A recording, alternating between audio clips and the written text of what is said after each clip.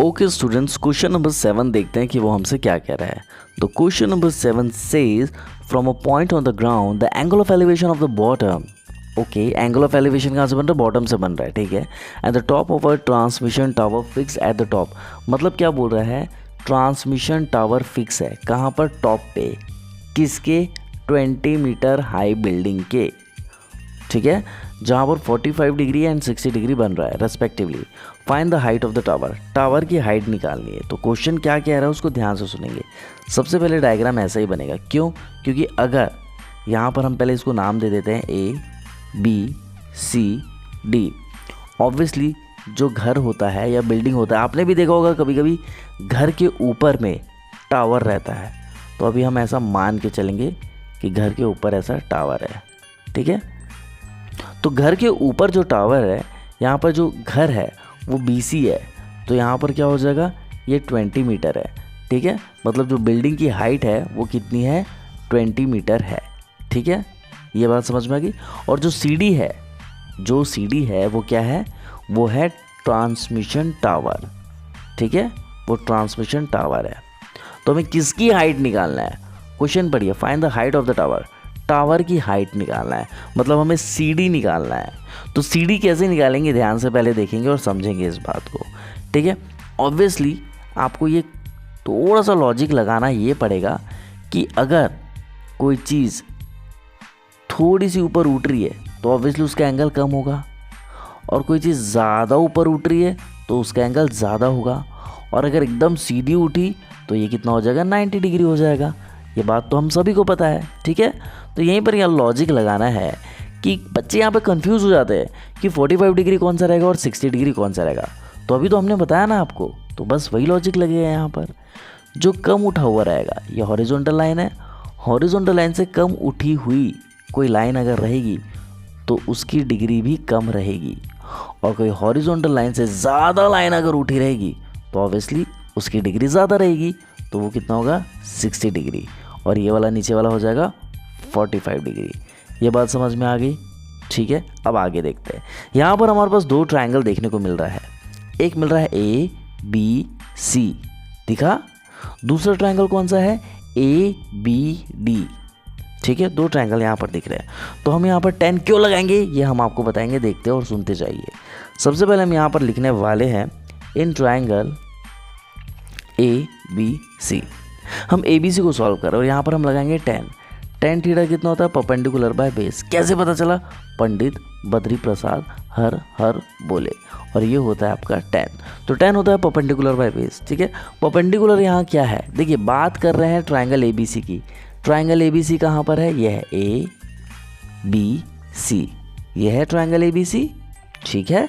इसमें परपेंडिकुलर कौन सा है? ऑब्वियसली अगर एंगल ये है तो परपेंडिकुलर BC होगा। तो यहाँ पर हम लिखेंगे परपेंडिकुलर की जगह BC, ठीक है। और बेस क्या होगा? ऑब्वियसली बेस क्या होगा? देखिए AB होगा, क्योंकि तिरछी लाइन तो हमेशा हाइपोटेनियस होती है। तो यहाँ पर जो AB होगा वो होगा आपका बेस, तो लिखेंगे AB। ये बात समझ में आ गई। अब देखिए थीटा यहाँ पर कितना है? 45 डिग्री। क्यों? क्योंकि हम ये वाला ट्रायंगल ले रहे हैं, ये।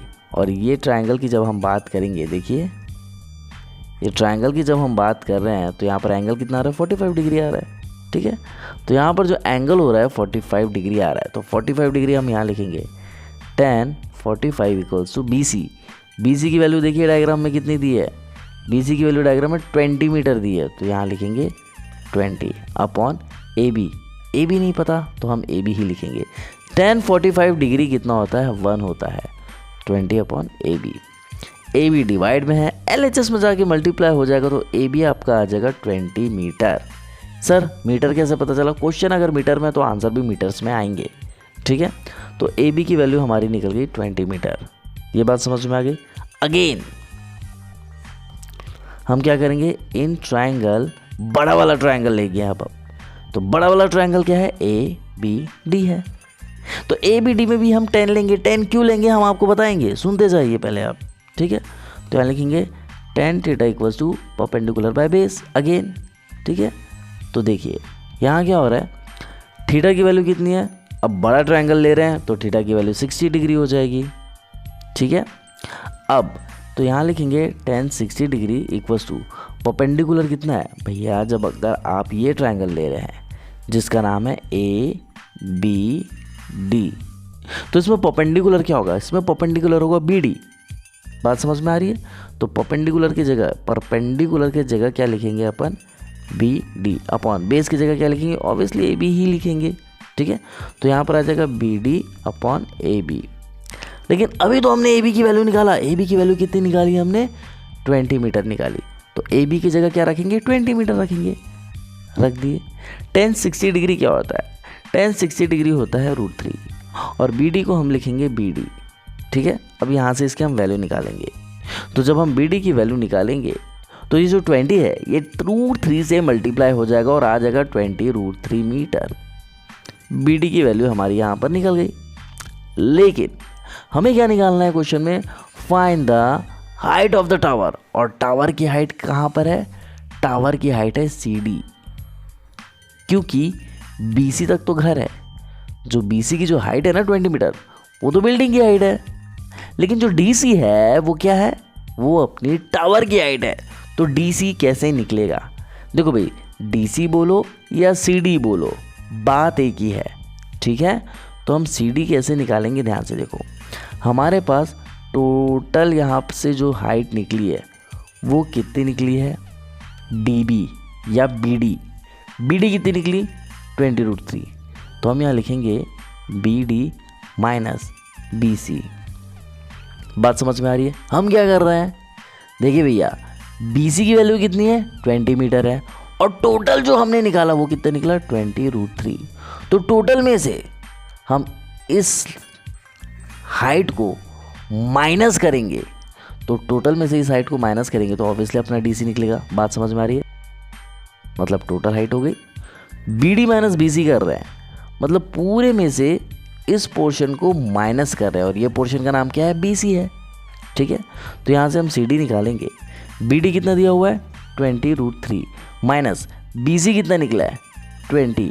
तो 20 √3 माइनस 20 √3 आता है। ऐसा बिल्कुल नहीं सोचना है, ऐसा बिल्कुल भी नहीं होता है, ये आप लोगों की गलत फहमी है कि ऐसा माइनस होता है, ऐसे बिल्कुल भी माइनस नहीं होता। तो इस केस में हम क्या करेंगे, देखिए भाई यहाँ पर भी 20 है और यहाँ पर भी 20 है, तो दोनों में से 20 कॉमन निकलेगा, निकल गया, तो अंदर क्या बचेगा, √3 माइनस 1 बचेगा। ठीक है, ये बात समझ में आ रही है, और यही है आपका आंसर। आई होप आपको चीज़ें समझ में आ रही होगी। अब हम आपको बताएंगे कि हमने यहाँ पर 10 ही क्यों लगाया। देखिए भाई यहाँ पर क्या हो रहा है, हमारे पास दो ट्रायंगल है, एक ये छोटा वाला जिसका नाम है ABC और एक बड़ा वाला जिसका नाम है ABD।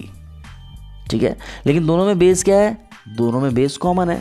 तो हमने क्या किया, हमने छोटे ट्रायंगल की मदद से, देखिए ABC, छोटे ट्रायंगल के मदद से हमने पहले AB की वैल्यू निकाली। तो AB की वैल्यू कितनी निकली, 20 मीटर निकली। AB की वैल्यू निकल गई 20 मीटर। ठीक है, क्यों, क्योंकि परपेंडिकुलर यहाँ दिया हुआ था, तो परपेंडिकुलर दिया था, हमने बेस निकाल लिया। अब क्या होगा, जब हम ABD बड़े ट्रायंगल की बात करेंगे, किसकी बात करेंगे, बड़े ट्रायंगल की जब हम बात करेंगे तो यहाँ पर बेस क्या होगा, 20 मीटर होगा, क्योंकि छोटा ट्रायंगल बोले या बड़ा ट्रायंगल बोले दोनों का बेस से एक ही है। तो यहाँ पर क्या हो रहा है, बड़े ट्रायंगल के बारे में जब हम बात करेंगे तो बेस हमारा कितना निकल गया, 20 मीटर। फिर हम 10 लगाएंगे जिसके हेल्प से हम क्या निकाल पाएंगे, BD निकाल पाएंगे। और BD क्या है, बड़े ट्रायंगल का परपेंडिकुलर है। ये बात समझ में आ रही है? ऐसा क्यों किए, क्योंकि हम क्या करेंगे, आखिर में टोटल में से 20 को माइनस करेंगे जो कि BC है, तो हमारा CD निकल जाएगा। अब समझ में आया हमने 10 क्यों लगाया। ठीक है, आई होप आपको चीज़ें समझ में आ गई होगी। अगर चीज़ें समझ में नहीं आई हो तो प्लीज़ हमें कमेंट सेक्शन में कमेंट करके बताइए, और अगर समझ में आ गई है तो आगे मिलते हैं, अगले क्वेश्चन में मिलेंगे। ठीक है, टिल देन बाय।